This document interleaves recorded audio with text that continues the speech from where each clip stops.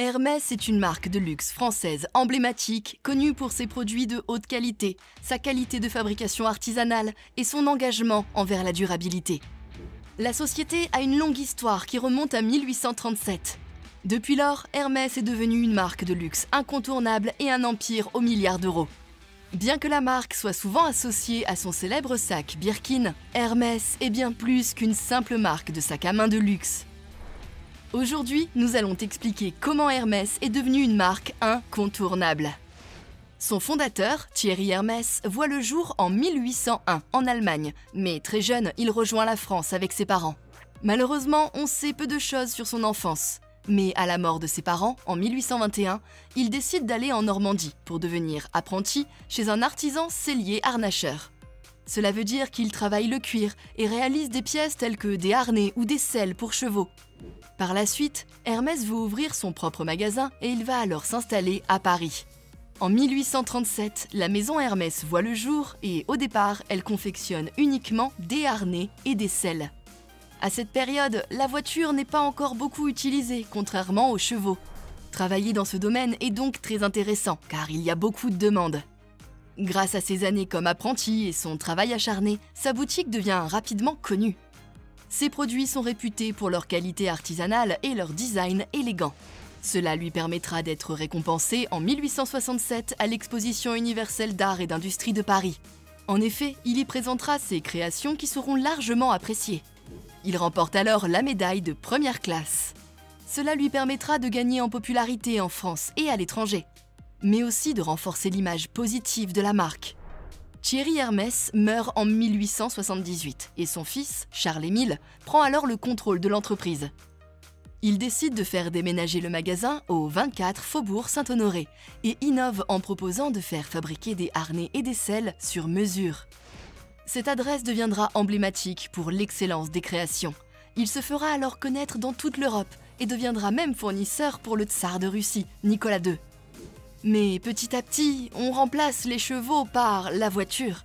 Au même moment, le fils de Charles-Émile, qui se nomme Émile, prend le contrôle de la maison. Nous sommes alors en 1922. Il va s'adapter à ses clients en remplaçant la sellerie par la maroquinerie. Émile, qui est décrit comme innovateur, va mettre à jour la fermeture éclair après avoir trouvé l'inspiration au Canada.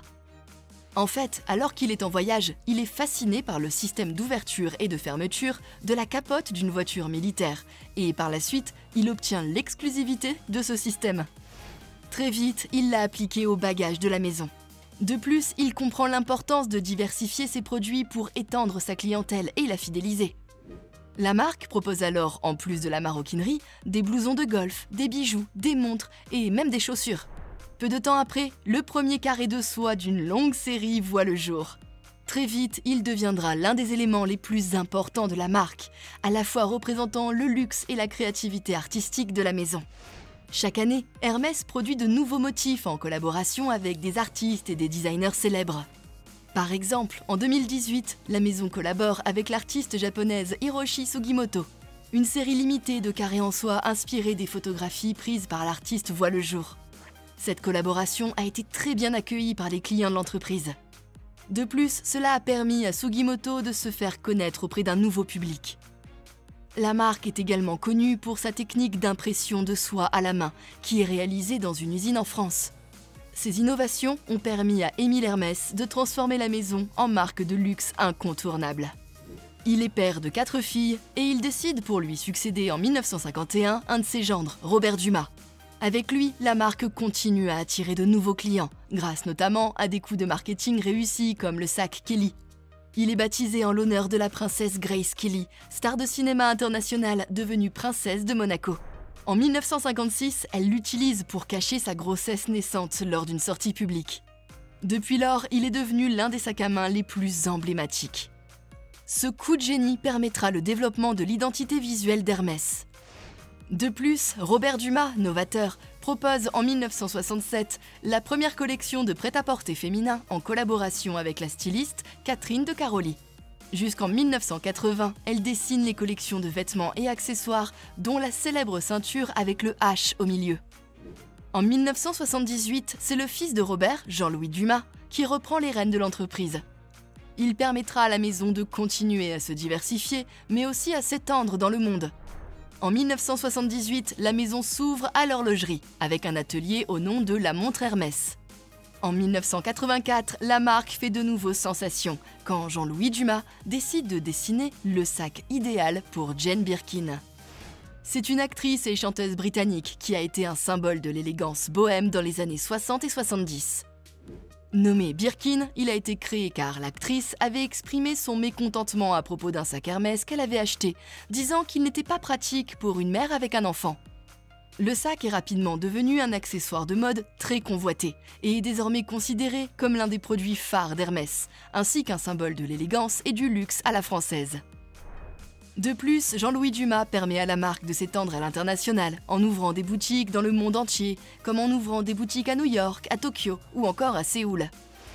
En 2005, c'est l'homme de la 6e génération, Pierre-Alexis Dumas, fils de Jean-Louis Dumas, qui est nommé directeur artistique.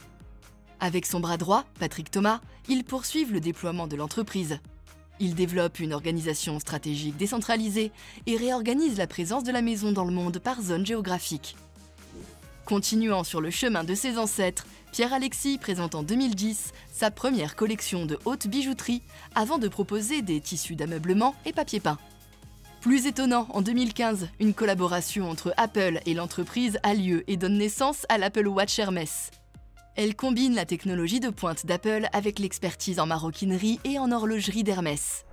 Le design est inspiré des montres classiques de l'entreprise et est livré avec un cadran exclusif. De plus, elle offre également des fonctionnalités supplémentaires avec des options de personnalisation avancées et des applications spéciales. La collaboration sera saluée et permettra à Hermès de séduire une nouvelle clientèle. En 2013, c'est le neveu de Jean-Louis, Axel Dumas, qui devient le PDG. Il va surtout renforcer la présence de la marque en ouvrant de nombreux magasins à travers le monde. De plus, il accompagne le déploiement digital du groupe, permettant à la marque de suivre l'évolution des nouvelles technologies. Cela permettra à la maison d'être en raccord avec les attentes de clients de plus en plus connectés. En 2020, malgré la pandémie de Covid-19, la société a connu une augmentation de ses ventes en ligne, ce qui montre sa force dans le commerce électronique. De plus, la même année, voulant continuer sa diversification, une première collection de maquillage voit le jour. Axel Dumas et ses prédécesseurs ont permis de montrer que la maison est toujours à la pointe de la qualité artisanale et qu'elle continue son engagement envers l'exclusivité et l'élégance. Aujourd'hui, le succès d'Hermès peut s'expliquer par plusieurs facteurs. La société a toujours été propriétaire et gérée par la famille Hermès, ce qui a permis de maintenir une vision claire et cohérente de la marque à travers les décennies. Elle a également permis à la maison de maintenir un haut niveau de contrôle sur la qualité de ses produits et la manière dont elle est perçue par le public. En outre, la stratégie de distribution a également joué un rôle clé. La société a adopté une stratégie de distribution sélective, en limitant le nombre de points de vente, permettant à la maison de maintenir une image de marque exclusive. À l'heure actuelle, la société continue de se développer et d'innover, tout en maintenant son engagement envers la qualité artisanale et l'exclusivité de sa marque. Hermès est donc devenue une marque de luxe incontournable grâce à son engagement envers la qualité artisanale, son contrôle rigoureux sur la gestion de la marque et sa stratégie de marketing.